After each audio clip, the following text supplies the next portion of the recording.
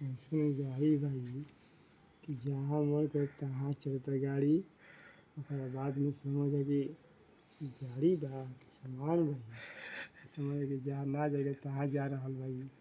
भाई थानेदार का ही गाड़ी है, बहुत वीआईपी गाड़ी है। इसका मतलब है कि जहाँ मन करता है तहाँ चला जाता है।